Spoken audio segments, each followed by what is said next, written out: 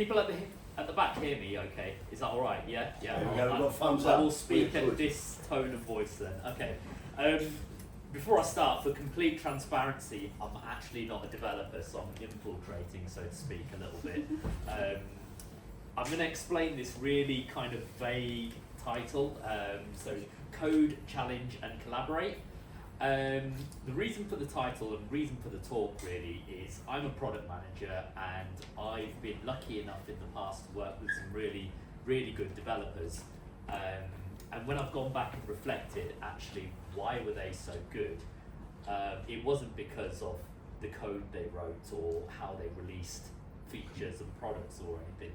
It was much more than that. So I thought actually it'd be cool to talk about it and talk about my experiences. So that's what this talk was about. Hopefully it'll be useful to you. If not, I probably won't be invited back again. But let's go. A little bit about me. So I started off as an aerospace engineer. This was lots of years ago. I then got into kind of work as a business analyst. And then I fell into product management. So one of the things that product managers will always tell you is they didn't wake up wanting to go into product management. It's always something that they stumble into. And the same happened for me as well. And in my time as a product manager, I've had a lot of good opportunities to work across kind of some hopefully well-known brands. And I'm at Anglian Water at the moment, so yeah, don't blame me for any water that you use. It's nothing to do with me or my products, I promise you. And after work, I'm a full-time kind of toddler tamer. At the moment, my wife is giving me a pass to do this evening, so yeah. So for those of you that don't know, actually incidentally, who has worked with product managers in the past? Yeah, about half, third of you, yeah. So I anticipated people would be thinking, what the hell is product management? So I will tell you. We'll go back to the basics a little bit because I think certainly my LinkedIn feed when it comes to product management, there's a lot of kind of chat on LinkedIn and everybody wants to be a product influencer. But I'll take it back to the basics here. So what is a product? This is just my definition. There's hundreds of definitions out there and people get really strangely worked up about this particular definition. So hopefully this is one which kind of fulfills everybody. I've called it an experience which aims to fulfill a user's needs. So the key things here are an experience and a user's needs. And the reason why I've done that is if we go into what is product management. Now product management is the actual management of the activities across the product life cycle.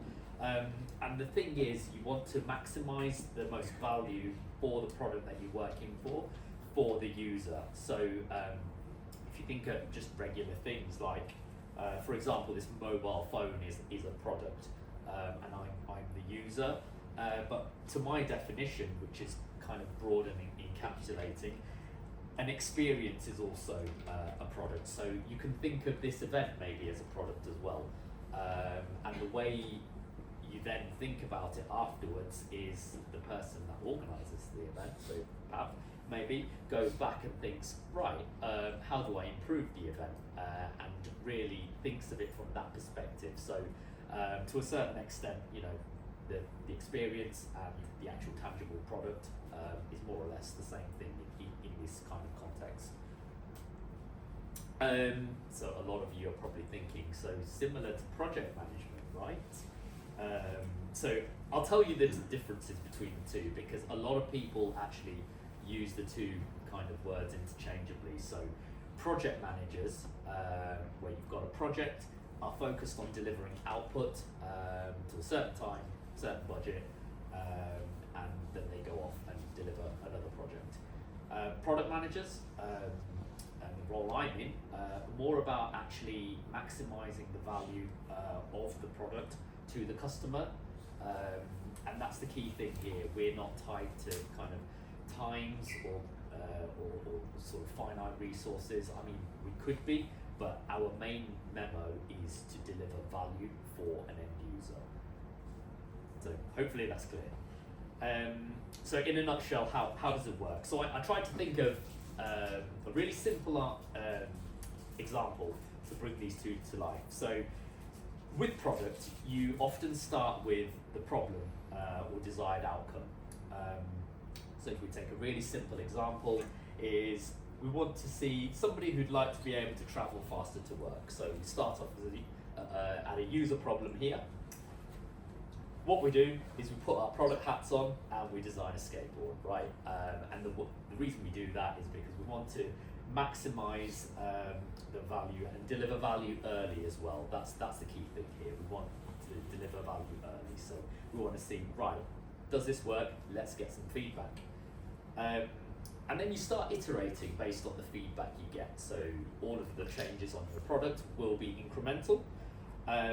So then we go back to the person and we say, and they say, it would be great if I can have more control over it. You know, it does the job, but more control would be good. This is the second version. You know, so we've built the handlebars, we've got a little pole to control the wheels. Go back. Does this work? I want to be able to travel faster. So we then deliver a bike. You know, deliver two wheels and handlebars, pedals, that sort of thing. And then we say, does this fulfill your needs? Is there anything that can be improved? And that's the key thing, you know, is there any improvements that we suggest? I will get too tired pedaling, so then we stick an engine on it and it turns into a motorbike. You can tell I'm not a motorbike designer as well as a developer, because you can't just stick an engine on a bike and make it a motorbike. But anyway, so that's really rudely and crudely the product management kind of life cycle and how it works. It's iterative additions to a product to respond to customer needs, right? How would it work as a project? And this really highlights the key differences. So with a project, you don't start with the output. You don't start with the outcome. You start with something, right? So you collect what that something is. So I'd like to be able to travel in something fast I can control, which requires no pedaling. That will go to people like me thinking, what do we do? That's your project manager there kind of thinking. And then you get this, right? That's what was delivered, and you know, technically it's not wrong, but it's probably most likely going to take a long time to deliver that versus what was delivered in a product. So that's how we bring these kind of concepts to life here. And I've just highlighted this. I'm throwing loads of memes in this presentation, by the way, so I'm really lowering the tone here. But yeah, this really does bring this to life. So you've got the product features there, user needs is a cat all a cat wants is to play in a box. What does a typical product team look like? So I mentioned before that I've worked with developers, but there's lots of other different roles here. So you've got a business analyst who typically would collect requirements, a scrum master who would make sure that the team is working well together. Then you've got the user experience person and the user researcher, and they would really be the ones to kind of be the voice of the customer and then decide what the next iteration of the product would look like, and they would lead on that. And then we've got the two kind of technical roles where you've got an architect and a developer. And the developer role, like I said in my first kind of opening gambit here, is much more than just coding. And a lot of developers that I've worked with have kind of brought that side up to the role really well, where we've been able to deliver really good experiences. I've also worked in lots of different product roles where we've not done so well, and product teams can fail in lots of different ways. We'll just go through some of the common themes here. So working on the wrong thing is a key thing. So we spoke about it a few slides ago, but lack of customer need. The team builds something based on internal assumptions and there's no real need for it. It happens all the time. Poor market fit, again, there's no place in the market for what's been created. And bad UX, so user experience, so the product is just really difficult to use, really confusing. The underlying reason and the problems that it's solving might be there, but actually it's just a nightmare to use. And then we've got poor execution. So you might have a good idea, focusing on the output and not the outcome. So again, if we take it to the slides earlier on, focusing on the rocket as opposed to actually what the business problem is, presents quite a lot of challenges and pitfalls. Scope creep, so constantly adding new things. Can you just do this? Can you just deliver this? It just leads to delays, bloated products, and really, really difficult to maintain. And then ignoring the data that's out there. So we as product managers and we as a product team always need to be looking at how the product is being used. So collecting data about how the product's being used, whether it's been adopted in the right way, those sorts of things really do inform where the direction goes of the product. And then lastly, just plain unadulterated chaos. We've probably all worked in teams where it's just been a nightmare from start to finish, right? First of all, unclear vision. I've spoken to a few kind of developer colleagues in the past where the product manager just didn't have a vision, and they were just responding to lots of things on the fly, whoever shouts the loudest, that type of thing. That's just no way to run a railroad. Siloed teams, so lots of different pockets of disciplines working separately, no real cohesion. Again, another flavour of the first point. And then changing priorities, so that always happens in an environment where there's just chaos. I can see a few smiles as well, so I know, I feel your pain. So leadership constantly pivoting around different ideas. Usually it's the director's been to a conference where they've heard about AI, or they've heard about something really cool and they want to shoehorn it in. You need somebody to say, no, stop it. And again, because I like memes, I threw this in. But basically, it's all about having a product basically just with loads of features thrown in, just makes it useless at the end of the day. Really difficult to use, really bloated, and no one wants that. Right, okay, so how do we avoid these things? So these are some really simple takeaways, hopefully, that you can kind of go back to really challenge your product team, your leadership teams, whoever it is that's setting the kind of overall vision. First thing I'd say is always try to understand the why. So understand the value that's being created. So one of the things is product leaders should share kind of the user problem, so what it is that you're going after, the value that's creating for the business, and the success metrics. So those three things should be really, really clear, not only to the product person, but to the team as a whole. And then developers should be empowered to ask if the above isn't being shared. What are we actually trying to achieve? Is this the simplest way to deliver that outcome? Is there a better technical path to the same goal? So again, being able to ask the question why, never be afraid to ask why, just to validate that we're actually doing the right thing. Sometimes it's really easy to go down a rabbit hole just because somebody's asked for something, and these sorts of conversations are really important to stop that happening. The other thing I would say, early input can avoid late rework. So as a developer, it's really important, and I always like my developers on my team to get involved as early as possible. So they should be in the room from the beginning, not just when the build starts. I had an example today actually where we were demonstrating the feasibility of pulling HR data into a tool, and before we did that we involved the developer and they were able to prove that it works, luckily. Otherwise we would have gone to a really senior meeting and promised something which wasn't deliverable. So early involvement means you can challenge assumptions before they become commitments. So being able to do that, is helpful because you can actually demonstrate a feasible kind of prototype. And you're probably in the best position to spot any technical constraints, dependencies, or risks that people around you might not see. And that can work in any sort of context as well. So if you've got salespeople promising clients lots of complicated things, if they're plugging AI, you need to be there to kind of challenge them, just bring them down a notch a little bit. And then you can also highlight opportunities. So I mentioned AI. I promised myself I wouldn't, but I've mentioned it a few times already.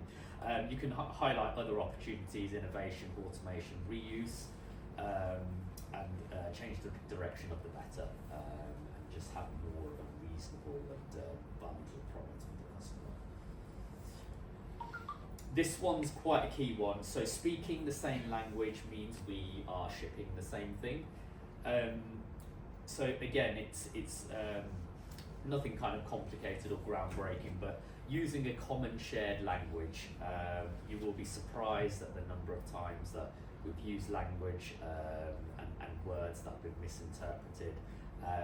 So sometimes we often use different vocabulary for the same idea, using clear shared concepts, so problem, outcome, value, trade-off, things like that. Clear things just reduces the ambiguity. So here are examples of something in unclear terms. So simple. I've seen things that are simple that have not been as simple when when the builders started on it. And again, there's a concept called MVP. Before I talk about, are people familiar with MVP? Yeah. So minimum viable product. In a nutshell, it means the earliest variant of the product you can deliver so that you get the value from it. So an example can be on your phone. Somebody might argue the MVP might just be you only need it to make calls, but actually if you try and deliver a phone nowadays with just the calls as an option, then there's going to be outrage. So again, really clarifying what MVP means is crucial. And then also, what does success look like in numbers? I think it's really important to have a shared kind of sense of goal in terms of where you're going to. And yeah, having the shared language just really aligns on expectations, just reduces any kind of waste that you've created, and just makes sure that everybody's on the same page, solving the same problem. And just to say, the goal isn't to debate semantics. It's to just make sure the team is aligned on everything, and this is every member of the team as well. Good handoffs prevent big surprises. So in a team, multidisciplinary team, there's often lots of different pockets where things get handed over. A designer or a user researcher will research something, they'll hand their findings over to the designer will design something, hand things over to the developer to develop. There's loads of opportunities for things to go wrong there. So again, just make sure like everybody's on the same page about how to build handoffs, better handoffs. So better handoffs between product design, engineering, and this is commonly where a lot of misunderstandings happen as well. Developers should challenge handoffs that are unclear. So it could be anything from ambiguous acceptance criteria, missing flows, kind of edge cases, assumptions, designs. There's loads of things where actually people would assume things that might be common knowledge to somebody else, but actually isn't. And it just makes sure that everybody again is aligned. And even when it comes to testing as well. The amount of times where we've tested something, said it doesn't work, and had a debate about whether it was a feature in the first place, again, it just removes that ambiguity. And at the same time, kind of engineering should improve their own handoffs back to product. So again, clear trade-off conversations, just highlighting risks early, and showing increments and not just kind of the whole thing in its entirety. I think that's really important. again, these things should be a two-way conversation between members of the team. And then lastly, if something doesn't make sense, say so, and I implore everybody to use that in their regular life as well. So one of the key concepts of a good kind of functioning team is giving feedback, the ability to act on that feedback as well to improve, whether it's the workings of the team, the actual product, or anything else. So if something feels kind of technically unsound, over-designed, under-designed, say it early. It's really important to get that feedback early. And again, regular feedback just ensures the product has enough, signal to adjust and not react. You know, if there's a little bit of a deviation, that's probably fine. If there's a kind of absolute, 180-degree turn, then that's a lot difficult to kind of manage. And then the other thing is challenging with curiosity and not combat. One of the key things of a well-functioning product team is that people are implored to challenge. They've got the psychological safety to kind of bring problems up, but not doing it in a kind of fighty way. You're doing it with an intention of improving whatever it is, the process, the product, or whatever it is that we're kind of critiquing. So they're my easy things. I had to mention AI somewhere. I knew there was some chat on AI. I didn't have AI in my presentation, so I threw in a meme about it. Hopefully those sorts of things were useful to you.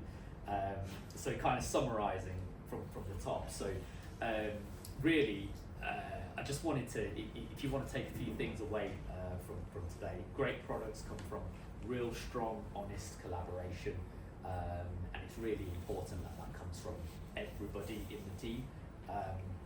And kind of developers and the developer role are valued problem solvers within a product team, and should be seen as more than just people that code, people that ship products. There's a lot of value that comes from that role that the team needs to kind of use and capitalise on. Challenge early with empathy, asking why, always a big thing.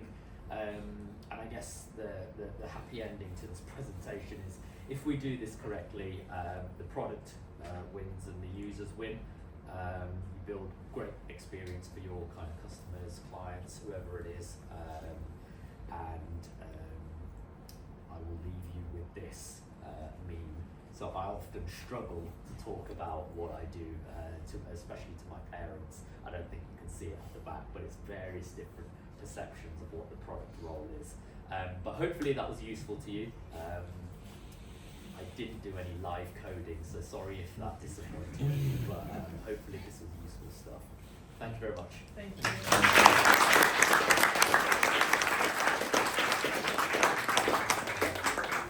Also finished on time. Yeah, we're not even late. Come on, let's ask some questions. We've got plenty of time for questions right now.